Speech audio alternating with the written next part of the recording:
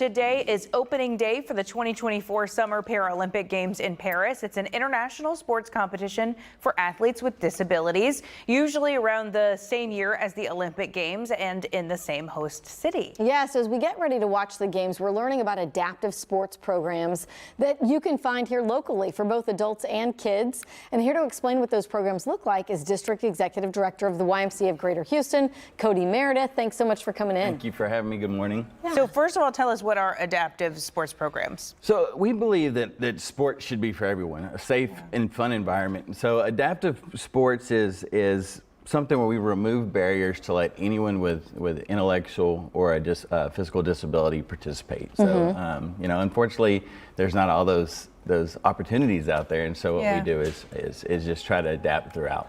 Yeah, and you were just saying, I mean, you guys have been doing this as some form of adaptive sport since 2012. Yeah, we've been doing it for a while, and what we're doing is, we're going to talk about Miracle League, which is our two big adaptive complexes in baseball, but we're working on just expanding those opportunities to make sure that there's opportunities throughout the Houston area for families that want to be involved. And what are the benefits to getting involved? It's sports, right? So we hear about the benefits of sports with, physical activity, emotional maturity, confidence. And so taking those barriers out to let every single person get those opportunities. So, these individuals that come out, they get to be like their peers. They get to put on a uniform, they get to play a sport. And then one of the things when I first started working with adaptive that I think we take for granted is, I had a mom come up. She said, you know what?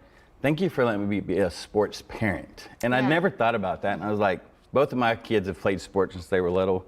Some of our best friends are through sports, and so the whole family gets that opportunity. And that was part of your plans when you had kids. You dreamed of getting to do those things, and sometimes that's difficult with a diagnosis, is because so many of their plans have to change. Yeah, she told me. She said, I can't wait to go to work because there's the water cooler talk on Mondays, and it's always what sports their kids play where they're at. She said, I get to do that now. Yeah. And so that's why it's important that we do these things. Right. Yeah, I love that. We mentioned Miracle League, and that's baseball. Yeah. And we're going to get more in depth in that in a second. What other adaptive sports are available at the Y? So we do sports clinics, and so typically any basketball, soccer, flag football, different sports go out throughout the season. We'll have an adaptive clinic available. We also have swim lessons, and so what we're doing is we're really expanding what centers have that, and we're providing the training and so the directors can be successful to do that. So and we're constantly growing. So as we hear from the community and the need of that community, we're willing to go and do that. So. Yeah, very cool. All right, so how many opportunities would people get around? Basically, how many locations are you doing adaptive? It depends on the clinics and things, but as far as our Miracle League, we have two complexes. So we have one out of our Lake Houston YMCA, which is in Humble, and one at the Langham Creek YMCA, which is off of 290 area. And those are, again, it's Americans' pastime, right? They get a chance to play whether if they have an intellectual or a physical disability. It's a modified field. So, you saw the pictures earlier, the kid with a walker. We have wheelchairs out there.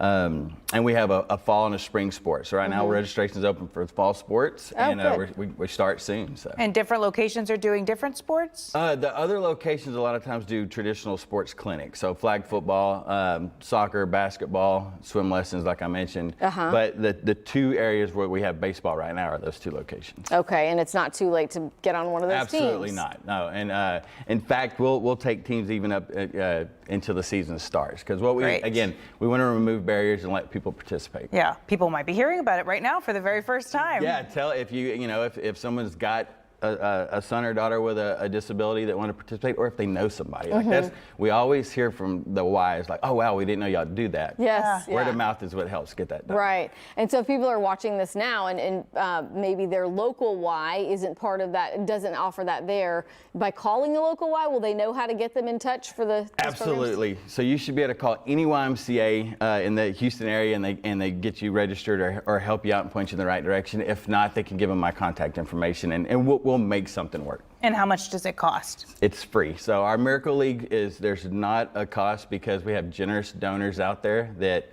the YMCA, we want to remove those barriers and financial, and it can be a burden for people. Yeah. Thank you.